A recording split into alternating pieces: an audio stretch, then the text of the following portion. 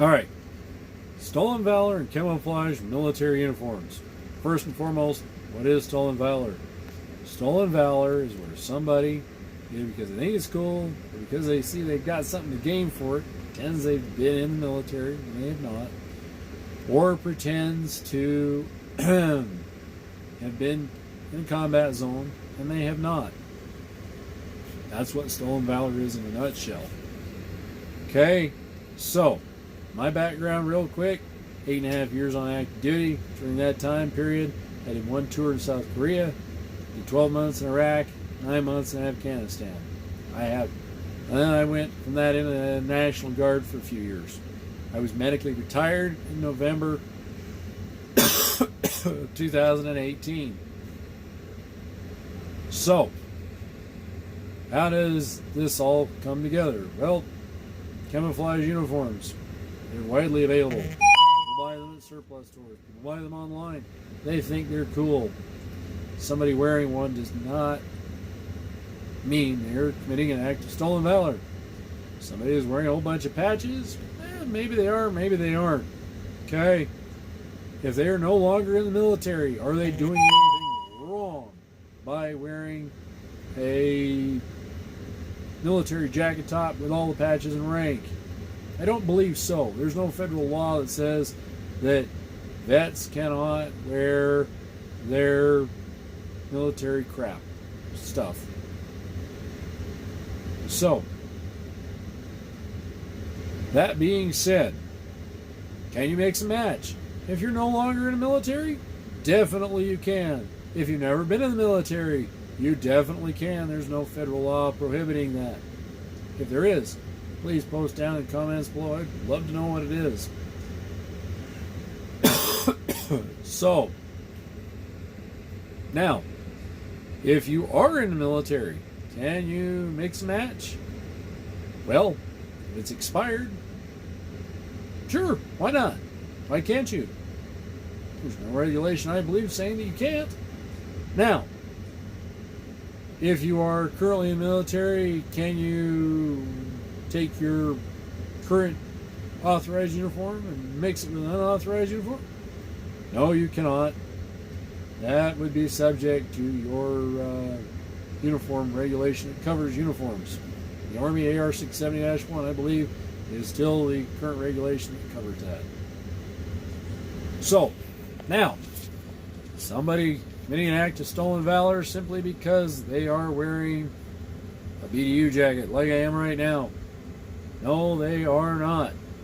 Okay, so, now, let's bring up a little thing called expiration dates. When stuff is no longer a uniform. Yes, I'm going to use these terms interchangeably. Please bear with me. Okay, battle dress uniform, or BDU. Okay, that's what I was wearing when I got into 2005. The wear out date for the United States Army, I believe, was October 1st of 2007 or 2008, one of those two. Either way, guarantee you after 2008 was no longer an authorized uniform.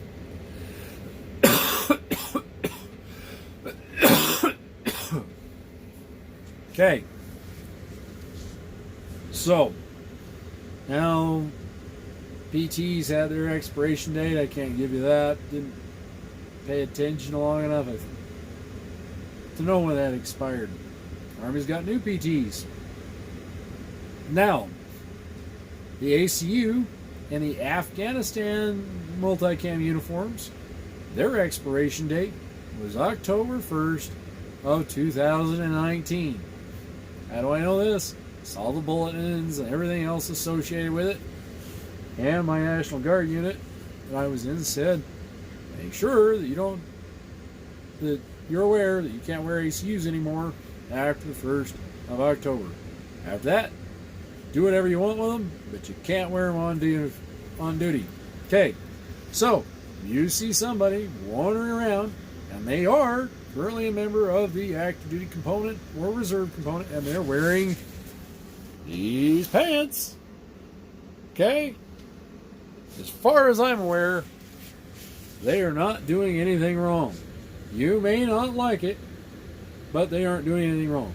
any more than I like it when I see somebody on YouTube and they're wearing a polo shirt with a pair of camouflage military looking pants. I think it looks horrible. Do I think polo shirts go with camouflage military pants? No. Okay, I do not. I think it's a very yucky combination. Okay, but that is no different than you seeing somebody dressed as I am. Like I said, I'm wearing this outfit for a reason, just for example purposes. Oh, it's kind of what my work attire is. I'm a welder. That's what I do.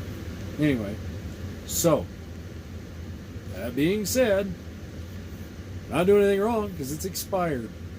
Okay, it's none of either civilians' business or veterans' business or other people members of the reserve component or active duty component. As far as I'm concerned, it's none of your business.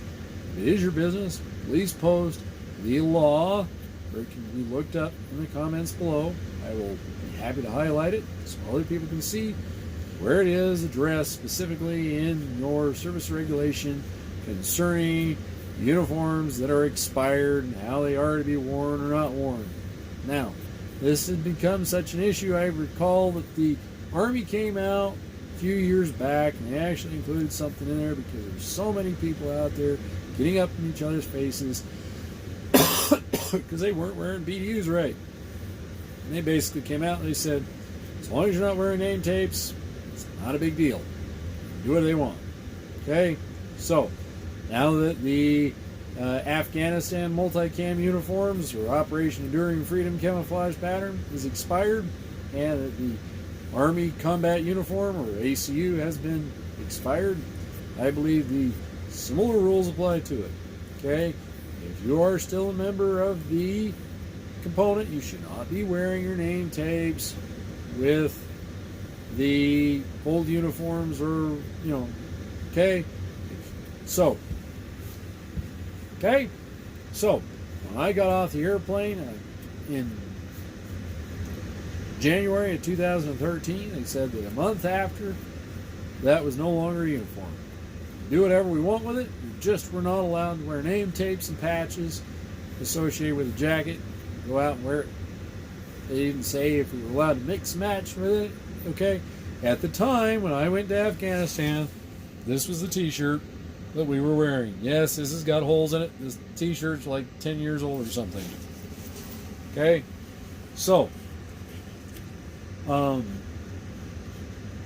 that's the rules as far as the Army is concerned. Now, you're no longer in the Army. Those rules don't apply anymore now, do they? Okay? Now, if you're a vet and you see somebody and they want to wear, we'll say a DCU hat, a BDU, a field jacket, a ACU t-shirt, and we'll say, I don't know, scorpion pair of pants, current uniform pants. They're no longer in the military. Not wearing any name patches. They doing anything wrong. Not legally. So, as I said before, you don't like the way they're wearing it. It irritates you. Okay? It's none of your business. Okay? Don't go starting a fight with them. Okay? And if you're going to go accuse somebody of stolen valor, please make sure that you have the ability to identify yourself as a vet. Some sort of expired military ID, your DD-214, your driver's license, etc. Okay? Nothing's more irritating than having somebody come up and accuse you of stolen valor, and they themselves are unwilling to show that they are a vet. Okay? If you're a civilian, please don't go out and accuse people of stolen valor. Okay? It's none of your business. It really isn't. Okay? Yes. If somebody is applying at your place of business and they're saying they're a vet, and by all means, ask for some form of ID. So, can I see your DD-214? I believe you are legally allowed to ask for that kind of stuff. Okay? If they're a vet and they want veterans preferential treatment, they shouldn't have any problem if you ask them politely. Whether or not they choose to get insulted about it, that's entirely up to them. But you ask them politely, there's no reason why they shouldn't be able to deliver some sort of documentation showing that they were in the military. 8214, well, anyway, I'm getting off the woods. So, please, stop accusing people of stolen valor just because they're wearing camouflage military uniforms. They probably aren't. Okay? Stop accusing other vets of stolen valor when they probably aren't. Okay? Somebody's talking about this base or that base they've been to. Don't make an issue out of it. Okay? So, that's it in a nutshell. Okay? Do unto others as you would have done unto you. Okay? Straightforward and simple. I know that's one of our Lord and Savior's best teachings. But it's also good practice. It's good practice.